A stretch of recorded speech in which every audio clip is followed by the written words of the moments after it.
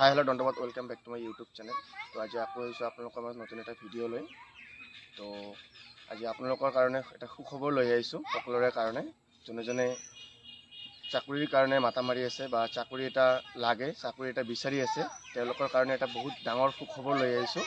আমাৰ হেমন্ত মামাই কৈ দিছে যে নৱেম্বৰত পুলিচৰ ৰিক্ৰুটমেণ্ট আহিব, পুলিচৰ এডভাৰটাইজমেণ্ট ওলাব নৱেম্বৰত, নতুন এডভাৰটাইজমেণ্ট। আৰু যিসকলে পোৱা নাই তেওঁলোকে চেষ্টা কৰি যাবা, যিমানলৈ বয়স আছে চেষ্টা কৰি যাবা। আৰু আমাৰ কেন্দ্ৰীয় চৰকাৰৰ ফালৰ পৰা আমাৰ SSCৰ কেলেণ্ডাৰ জাৰি কৰিলে দুদিনমান আগতে। তো এইবাৰ SSCৰ 2025ৰ যিখিনি ভেকেঞ্চি ওলাইছে 50,000, এইবাৰৰখিনিতো হৈয়ে যাব। তো যিসকলৰ নম্বৰ কম আছে তেওঁলোকে নেক্সট 2026ৰ কাৰণে প্ৰিপাৰেশ্যন কৰি যাব। আৰু 2025ৰ অক্টোবৰৰ 25 তাৰিখে এডভাৰটাইজমেণ্ট আহিব আৰু নৱেম্বৰৰ 25 তাৰিখলৈ এপ্লাই ডেট আছে, মানে এই মাহৰ এপ্লাই হ'ব। তো জানুৱাৰী ফেব্ৰুৱাৰীত এক্সাম হ'ব SSCৰ। তো এইবাৰো হাজাৰ হাজাৰ পদ আহিব, মিনিমাম 50,000 আপুনি ধৰি ল'ব পাৰে।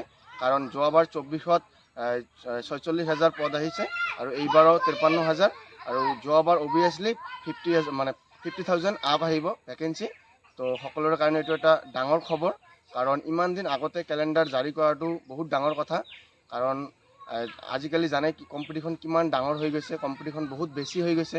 কাৰণ এই মাহৰ দুমাহতে একো নহয়, সেইকাৰণে আজিৰে পৰা আপোনালোকে প্ৰিপাৰেশ্যন কৰি যোৱা। আৰু যদি আপোনালোকক জব লাগে তেনেহ'লে প্ৰিপাৰেশ্যন কৰি যোৱা, এদিন নহ'লে এদিন ছাকচেছ হ'বাই।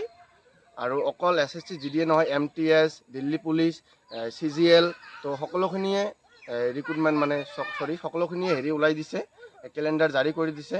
আৰু জুলাই মাহত বহুতকেইটা এপ্লাই আছে। তো সকলোখিনি মই কেলেণ্ডাৰখন দি আছোঁ ইয়াত, সকলোখিনি চাব, যোনে য'ত এপ্লাই কৰে কৰি দিব।